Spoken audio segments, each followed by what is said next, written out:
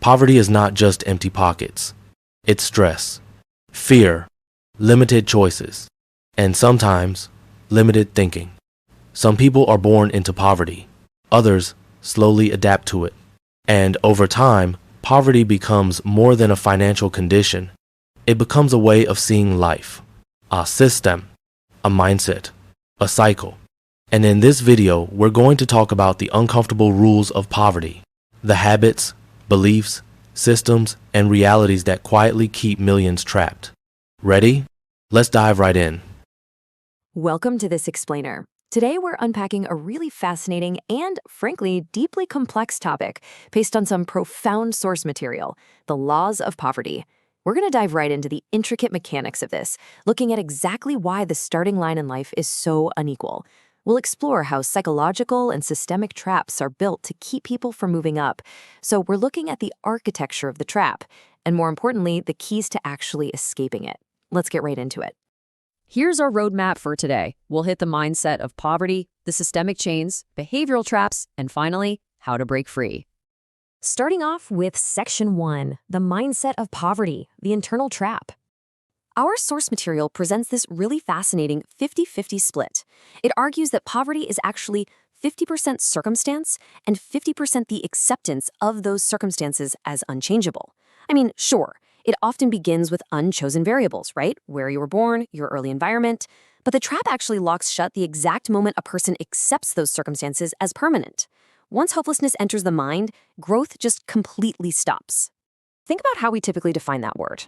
To truly grasp this framework, we've got to redefine it altogether. Poverty isn't just an empty bank account. It's an adopted identity. It's a state lacking hope, ambition, and the fundamental belief in your own ability to rewrite your future. When someone starts saying, well, this is just who I am, that mindset literally destroys all future potential. You see, being broke and being poor are two entirely different states of being. If a self-made millionaire loses absolutely everything, they're just temporarily broke. Why? Because they still have their skills, their networks, and their confidence. Being poor, however, is deeply rooted. It's a permanent identity and a complete loss of hope. The crucial point here is all about agency. The sources point out that the poor often look to others for help, but never to themselves. Escaping poverty obviously requires a combination of preparation and opportunity. But here's the catch. That opportunity is completely useless if an individual is passively waiting to be rescued instead of taking focused, deliberate action to prepare for it. Moving right along to Section 2, systemic chains, the external trap. It's an incredibly harsh reality to face, but the data in our sources suggests that the hardest working person in the world likely lives in poverty. We often hear that hard work alone is the golden ticket, right? But physically speaking, hard work often only gets you fed for the day. It absolutely does not guarantee wealth. If hard physical work were the only metric for success, the kids working in cobalt mines would be billionaires. But true wealth requires leverage. The texts argue that in the past, the strong used to persecute the weak through physical force. But today, that dynamic has shifted. Now, educated people take advantage of uneducated people. Those who know how to navigate systems, technology, and investments are the ones holding the power and creating the hierarchy. The sources emphasize a really heavy concept here. Poverty ties one with more than one chain. Escaping it requires running toward the horizon, but that's practically impossible if even a single one of these chains is holding you down. Whether it's a lack of basic infrastructure, missing early employment opportunities, bad geography, or poor education, these systemic hurdles just compound on top of one another. Which leads us to this incredible paradox. Poor is actually the most expensive thing a person can be. A wealthy person buys quality once, but a poor person, they can't afford that upfront cost, so they might ignore a cavity until it requires an extremely expensive implant. Because they lack standard bank access, they're forced to take payday loans with 10 times the interest. Over time, these compounding emergency costs make mere survival incredibly expensive. Furthermore, the source material explicitly frames debt and consumerism as the modern versions of slavery. Society is constantly dangling carrots like Balenciaga sneakers or the newest iPhone just to enforce lifestyle inflation. When you spend your entire life paying off emotional purchases with high-interest debt, your future labor is essentially owned by someone else entirely. That brings us to Section 3, behavioral traps, habits, and company. Environment plays a massive role here, and the text notes a really harsh rule. Poverty requires company. Common struggles bring people together. But unfortunately, this means those in poverty often surround themselves with environments that actively mock ambition, fear risk, and attack anyone who wants to grow. It keeps everyone firmly locked in the trap together. And because of that environment, good luck and poverty go hand in hand. A lot of people would rather roll the dice on a scratch ticket to go from 0 to 100 instantly, rather than face the difficult, gradual work of adopting a growth mentality. Jumping up one social class at a time through slow, methodical work just isn't glamorous, so many rely entirely on that lottery mentality. And while they wait for that lucky break, they are heavily distracted.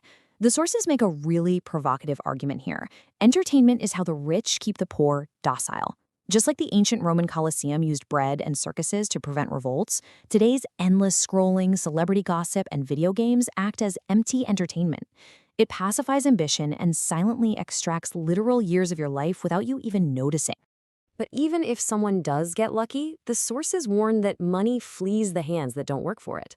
There was this fascinating 2-year study in Finland that gave people an unconditional universal basic income. The result? People definitely became happier, absolutely, but there was zero true economic transformation. They didn't start businesses or jump social classes. Without discipline, financial intelligence, and active market participation, wealth simply cannot be sustained. All right, finally, Section 4, Breaking Free, Legacy and Choice.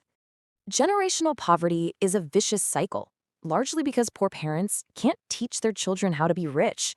They simply don't know the rules of the game, so they pass down survival tactics instead of wealth generation strategies. The text even highlights the rather tragic concept of the lottery child.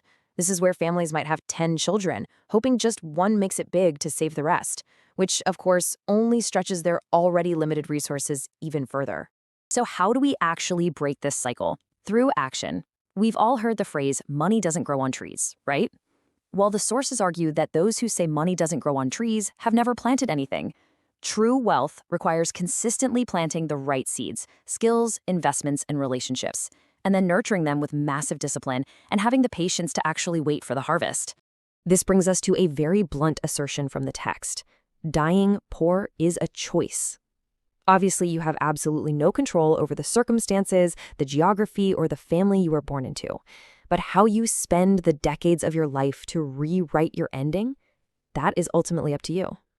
The math behind that choice is actually pretty amazing. Data shows it takes an average of 20 years to jump from one wealth bracket to the next. Think about that. That means the 40 years between your 20s and your 60s is more than enough time to change your stars, provided you don't waste those years on empty entertainment and bad debt. As we wrap up this explainer, I want to leave you with a provocative thought from the source material. Now that you understand the architecture of this trap, from the internal mindset to the systemic chains, what are you going to do? Will poverty remain an accepted circumstance? Or will you take total responsibility, start planting your own seeds today, and finally break the chains? Thanks so much for joining me on this deep dive. Keep learning, keep planting, and I'll catch you in the next one.